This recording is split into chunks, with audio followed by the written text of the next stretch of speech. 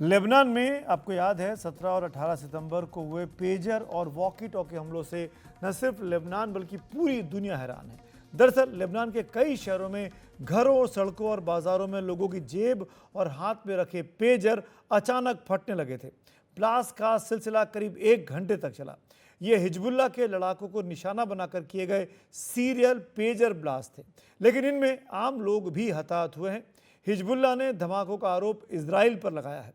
दरअसल हिजबुल्लाह के लड़ाके mobile phone का इस्तेमाल नहीं कर रहे थे, वो अपने कम्युनिकेशन के लिए, संचार के लिए पेजर का इस्तेमाल कर रहे थे। पेजर या वॉकी टॉकी का इस्तेमाल वो करते रहे ताकि इजराइल उनके मोबाइल फ़ोन की वजह से जो उनको ट्रैक कर रहा था वो ट्रैक ना कर पाए।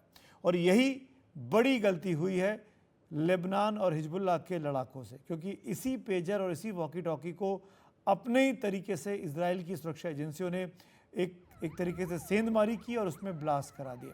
इन धमाकों में, इन 2 दिनों में जो धमाके हुए, 30 लोगों की मौत हुई है और 3000 से ज़्यादा लोग घायल हुए। इन हमलों के बाद अब पूरी दुनिया के सामने बड़े और कई अहम सवाल खड़े हो गए हैं।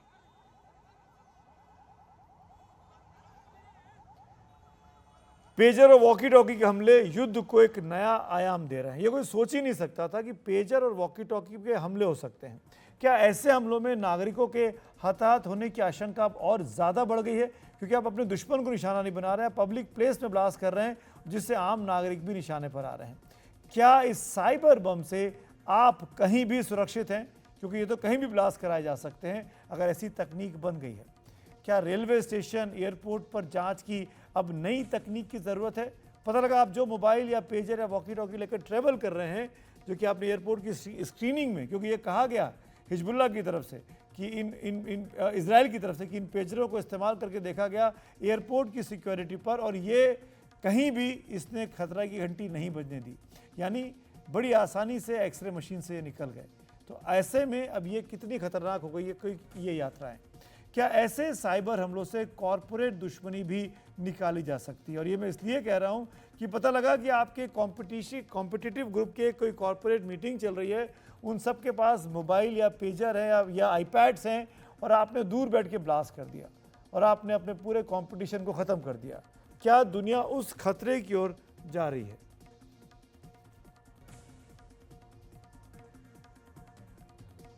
मेरे साथ इसी मुद्दे पर बात करने के लिए 2 मेहमान जुड़ रहे हैं। बारी बारी से उनके पास परिचय करा देता हूं, फिर चलेंगे। डॉक्टर तारा कारथा हमारे साथ हैं, जो कि पूर्व निदेशक हैं नेशनल सिक्योरिटी काउंसिल सेक्रेटरीट की। बहुत बहुत स्वागत है मैम आपका। और अंकुर पुराणिक हैं, जो कि रेडियो फ्रीक्वेंसी के एक्सपर्ट हैं। अंकुर ने एक शानदार बॉम्बे से मेरे सहयोगी सुनील सिंह के साथ एक रिपोर्ट बना के भेजी थी, वो तस्वीरें भी हम आपको दिखाएंगे। और अंकुर ने उस रिपोर्ट में ये साबित कर दिया कि कैसे वॉकी टॉकी के ज़रिए ब्लास्ट किए जा सकते हैं, कैसे ये सुरक्षा में एक बहुत बड़ी चुनौती पेश हो गई है। मतलब ये स्थिति है तारा मैम, मेरा पहला सवाल आप ही से है कि ये मोबाइल लेकर अपने पास रखने में डर लगता है। क्या पता कहीं बैठा कोई दुश्मन इसमें सेंधमारी कर चुका हो और वो ब्लास्ट कर दे। नहीं, देखिए, एक तरफ आप सोचिए तो ऑलरेडी मोबाइल तो डेंजरस है। वो कोई भी ऑन कर सकता है, कोई भी आपके पास वो मतलब सुन सुन सकता है, ट्रेस कर और एक सकता है, बात, पिगासिस का इस्तेमाल कर सकता है, यहां तक तो ठीक था। अब तो ब्लास्ट कर सकता है।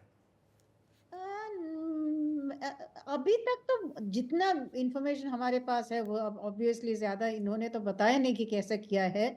लेकिन जो अभी तक इन्होंने जो मीडिया में आए हैं कि इन्होंने वो कंपनी के पास गए हैं जिसने ये बनाया था। मतलब इसमें 4 सेगमेंट है।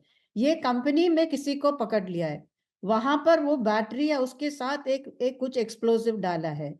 तीसरा, लोगों को उसका मतलब ट्रिगर करने का डिवाइस भी इन्होंने, मतलब एक स्टेट का एक्शन है। ये एक टेररिस्ट ग्रुप का एक्शन नहीं है। एक पूरा स्टेट ने ये पूरा प्लान बना के किए हैं। अगर इसराइल ने किया है तो इसमें तो कोई डाउट नहीं है। मेरा मतलब ये है कि एक टेरर ग्रुप को इस तरफ का रीच मुश्किल है, क्योंकि एयरटेल या मतलब एयरटेल नहीं, जैसे आपके जो बड़े बड़े कंपनी का फोन है, उनके मतलब लोगों को अपने पास लेके ये करवाना मुश्किल की बात है। ये कोई छोटी सी का मामला नहीं है। जैसे जी। पेजर्स के साथ, so it's a little more difficult, but right. Not impossible. मतलब ये नहीं कि हो ही नहीं सकता, ये तो कभी नहीं बोल सकता है। आज जो हुआ टेररिस्ट का बिगेस्ट प्रॉब्लम हम जो देखे हैं, वो बड़ी जल्दी सीखते हैं, बड़ी जल्दी दूसरे के एक्शन से सीखते हैं और अपने तरफ से वो उसको डेवलप कर देते हैं। जैसे हमने देखा है JNK में जो कम्युनिकेशन है वो तो टावर में आता ही नहीं, तो हमने पकड़ नहीं, ये तो एक नया नया तरीका का कम्युनिकेशन इन्होंने सीखे हैं, but again with the help of state. Right, important बात। मेरे साथ प्रोफेसर खीमराज जहांगीर साहब जुड़ गए हैं। ऊपी जिंदल यूनिवर्सिटी के प्रोफेसर हैं, इजराइल और पश्चिम एशिया मामलों के एक्सपर्ट हैं। बहुत बहुत स्वागत है जहांगीर साहब आपका भी। ये जो खतरा है जहांगीर साहब, मेरा सवाल आप ही से है, ये जो खतरा है कि पेजर से आप ब्लास्ट करा दें, वॉकी टॉकी से ब्लास्ट करा दें, मतलब आने वाले वक्त में मोबाइल फ़ोन, आईपैड्स, लैपटॉप, पता नहीं कहाँ सेंध मारी। जैसे आज मैं देख रहा हूँ iPhone 16 लॉन्च हुआ है, भीड़ लगी हुई है खरीदने के लिए, पता लगा पूरा का पूरा कंसाइनमेंट जो है वो बीच में कहीं रुकते हुए पहुंचा है और इसके अंदर कोई चिप लगी हुई है। I don't know how technology के लिए मैं अंकुर के पास जाऊंगा, लेकिन जहांगीर साहब ये हुआ कैसे, इसराइल ने ये किया कैसे? देखिए, इसराइल ने दरअसल किसी कंपनी के बने हुए इंस्ट्रूमेंट को टिंकर नहीं किया है। उन्होंने ही एक कंपनी बनाई थी हंगरी में। उसी कंपनी ने ये पूरे नए सिस्टम बनाए थे और ये एक 10 साल पहले चला मिशन था। और ये मिशन दरअसल हिजबुल्लाह की कम्युनिकेशन को कंट्रोल करने का था। इसी के चलते उन्होंने हिजबुल्लाह की सारी गतिविधियों को बहुत वक्त से एक तरह से एडवांस्ड इंफॉर्मेशन के तौर पे ट्रैक किया है। हिजबुल्लाह के साथ अगर इसराइल की लड़ाई पिछले 10 से 15 साल में देखी जाए, तो हिजबुल्लाह किसी भी तरह से इसराइल के लिए एक एग्जिस्टेंशियल थ्रेट इसीलिए नहीं बन पाया था कि इसराइल के पास उनकी पूरी खबर रहती थी। ये जो पूरा सिस्टम था, ये सिस्टम किसी कंपनी के ऑपरेटिंग सिस्टम या नेटवर्क सिस्टम में कुछ लोगों की सेंधमारी से नहीं हुआ है। ये पूरी एक कंपनी ही एस्टेब्लिश की गई थी मोसाद के द्वारा हंगरी में, और उस कंपनी ने बहुत सारे रिलायबल सिस्टम्स हिजबुल्लाह को बहुत कायदे से कई साल तक बना के दिए। और जब उनको लगा कि ये तो बड़ी कायदे की कंपनी है, तो फिर उन्होंने वो पार्ट बना के दिए जिन पार्ट में इनको बम ब्लास्ट करने थे।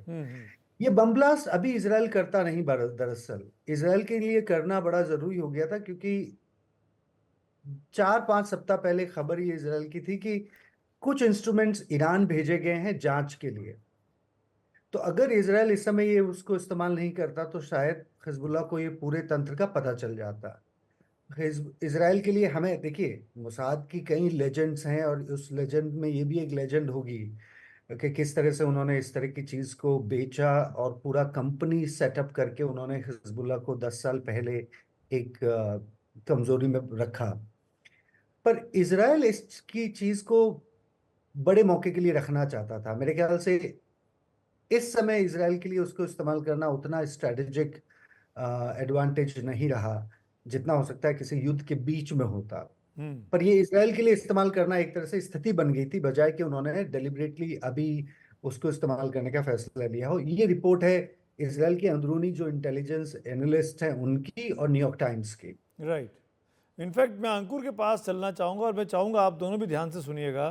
अंकुर पुरानिक रेडियो फ्रीक्वेंसी एक्सपर्ट हैं और बॉम्बे में रहते हैं, और अंकुर ने जो एक्सपेरिमेंट करके दिखाया हमारे सहयोगी सुनील सिंह को बॉम्बे से, मैं वो तस्वीरें भी निकलवा रहा हूँ, उसको भी दिखाऊंगा अभी स्क्रीन पर। अंकुर, अगर मैं आपकी उस रिपोर्ट को ठीक समझा तो आपने शायद ये साबित करने की कोशिश की कि अगर मेरे पास अगर मेरी डिवाइस, मेरा इलेक्ट्रॉनिक डिवाइस आपके पास लग जाए कुछ देर के लिए, तो आप इसमें ऐसी कोई चीज़ कर सकते हैं कि आप अपने हाथ से, अपने मौके से अनुसार कि मेरे फ़ोन को या मेरे गैजेट को, चाहे वो पेजर हो चाहे वो वॉकी टॉकी हो, आप उसको ब्लास्ट कर सकते हैं। Am I right?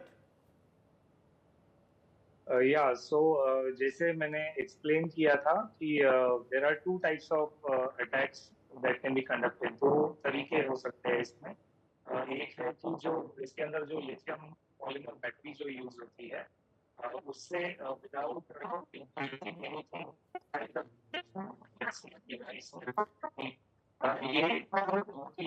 किया जा सकता है उनको हैक करके। अंकुर सॉरी, मैं बीच में इंटरवीन कर रहा हूँ। आपकी आवाज़ प्रॉपरली नहीं आ रही है, शायद सिग्नल का इशू है। रेडियो फ्रीक्वेंसी एक्सपर्ट की फ्रीक्वेंसी में कुछ एक्सपर्ट इशू आ रहा है। एक बार Are कुछ you बोलिए able to Ankur, hear now? आप इम्पोर्टेंट बात कर रहे थे कुछ। Yeah, are you able to hear now clearly? Yes, अभी सुनाई दे रहा है, लेकिन बीच बीच में रुक रहा था। बोलिए, Yeah. फिर से आप बताइए, प्लीज बोलिए। Yeah. इसमें ऐसा होता है कि जो मोबाइल फोन होता है उसके अंदर एक लिथियम पॉलीमर की बैटरी होती है, and this is as good as an explosive. So उसको कुछ अगर फोन को हैक करते हैं, फोन की कुछ छेड़खानी करते हैं, तो रिमोटली भी उस बैटरी को हम एक बॉम्ब की तरह एक्सप्लोड करवा सकते हैं। तो उसमें एक बीएमएस सर्किट होता है जो जिसे हम बैटरी मैनेजमेंट सिस्टम बोलते हैं, एंड इसको अगर हम मैनिपुलेट करते हैं तो ये सारी बैटरी की प्रोसेस को कंट्रोल करता है। चार्जिंग कैसे होगा, डिस्चार्जिंग कैसे होगा, इस बीएमएस को अगर मॉडिफाई किया जा सकता है या हम हैक करके कुछ उसके पैरामीटर्स चेंज करते हैं, तो without implanting anything inside the smart device like mobile phone, walkie talkie और पेजर, ये रिमोट लोकेशन से आप उस बैटरी को एक एक्सप्लोजिव की तरह एक्सप्लोड कर सकते हैं। और मोबाइल फोन आपके पास में रहता है, it is in very close proximity to you. It is with either in your pocket or in your pant pocket. So उसकी जो फटने के ऊपर जो उसकी जो इफेक्ट होगी वो बहुत ही हानिकारक हो सकती है। And the second one that is, yes, जो हमने इस वीडियो में जो हम देख रहे हैं अभी कि हमने कुछ अलग से प्लांट किया था। जी, तो जो प्लांट किया जा सकता है ये एक एक्सप्लोजिव होता है, और इसका जो इम्पैक्ट होता है वो बहुत ही ज्यादा हद तक हो सकता है, because even a small amount of RDX can cause a very large explosion. And इस वीडियो में हमने ठीक तरीके से बताया कि किस तरीके से वो उनके मर्जी पर जब भी चाहे तब वो ट्रिगर दबाकर, या एक डिजिटल कोड होता है, तो एक नॉर्मल वॉकी टॉकी जैसे एक वॉकी टॉकी फंक्शन होता है वैसे ही फंक्शन करेगा। But when I want to cause an explosion, and काफी users काफी सारे होते हैं, 100 होंगे, 1000 होंगे, या even 5000 होंगे, तो उस नेटवर्क तो जितने भी वॉकी टॉकी मौजूद हैं, पहले से प्लान अंकुर, फिर से ऑडियो, अंकुर सॉरी, बीच में इंटरवीन कर रहा हूँ, फिर से ऑडियो प्रॉब्लम आ रही है। इन द मीन टाइम अंकुर, हम आपका ऑडियो ठीक कराते हैं। तारा मैम, जब आप वीडियो में दिखा रहा था तो तारा मैम सर हिला रही थी। तारा मैम, आप कुछ कहना चाह रही हैं क्या?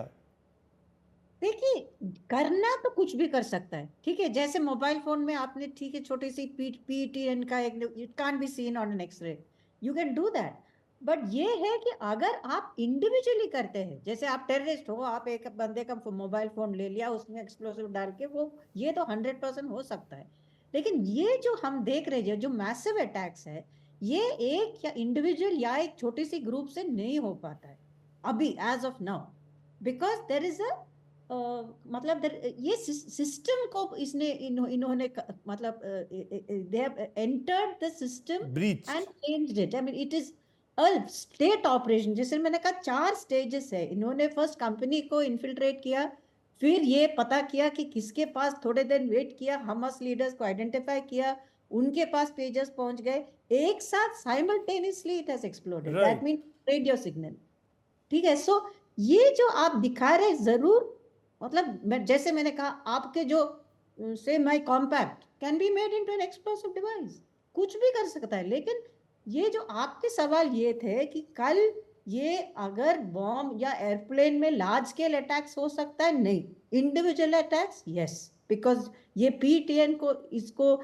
एक्सरे मशीन में दिखाना वो नहीं दिखेगा। राइट, ये तो हुआ एक्सरे मशीन। मैं वही अंकुर से पूछना चाह रहा था, अगर अंकुर का ऑडियो आ गया है तो एक बार अंकुर का रिएक्शन। अंकुर, क्या ये आइडेंटिफाई नहीं होगा एक्सरे मशीन में?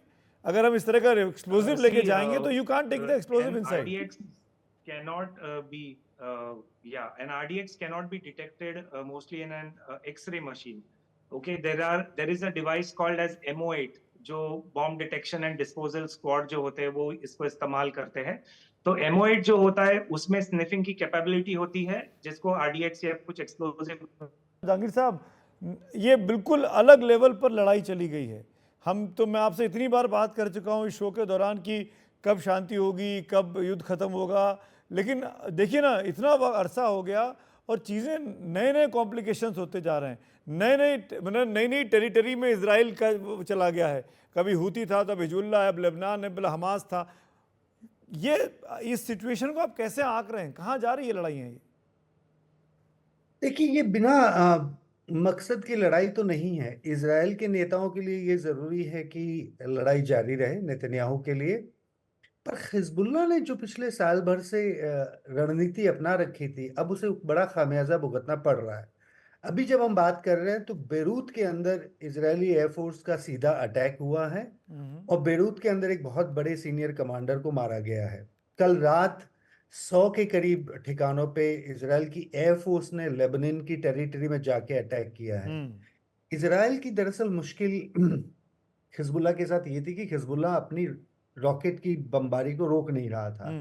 हिजबुल्लाह ये माने हुए था कि इजराइल गाजा की हारी हुई लड़ाई में इतना उलझा रहेगा कि वो नॉर्थ की तरफ एक अग्रेसिव रुख ले नहीं पाएगा। मेरे ख्याल से इजराइल के अंदर भी बिल्कुल डिसाइसिव डिसीजन हो गया है कि नॉर्थ में लड़ाई लड़ी जाएगी। राइट। तो हिजबुल्लाह के 5,000 के करीब जब पेजर और वॉकी टॉकीज अटैक हुए तो आपको पता, बड़ा अचरज होगा, ईरान के जो राजदूत हैं, एम्बेसडर हैं ऑफिशियल लेबनान में, उनके पास भी एक पेजर था। हाँ बिल्कुल। हिजबुल्लाह का पेजर उनके पास था। उन्होंने अपनी एक आंख गंवा ली है और दूसरी आंख की सलामती की कोई खबर अभी तक है नहीं। कहने का मतलब ये है कि इजराइल का अब पूरे तौर पे हिजबुल्लाह के सीनियर और फुट सोल्जर्स पे अटैक करने का मकसद ये है कि हिजबुल्लाह के ऊपर एक डिसाइसिव कार्रवाई होगी और ये लड़ाई अब चलेगी लेबनान के साथ आने वाले 2-3 जी। सप्ताह।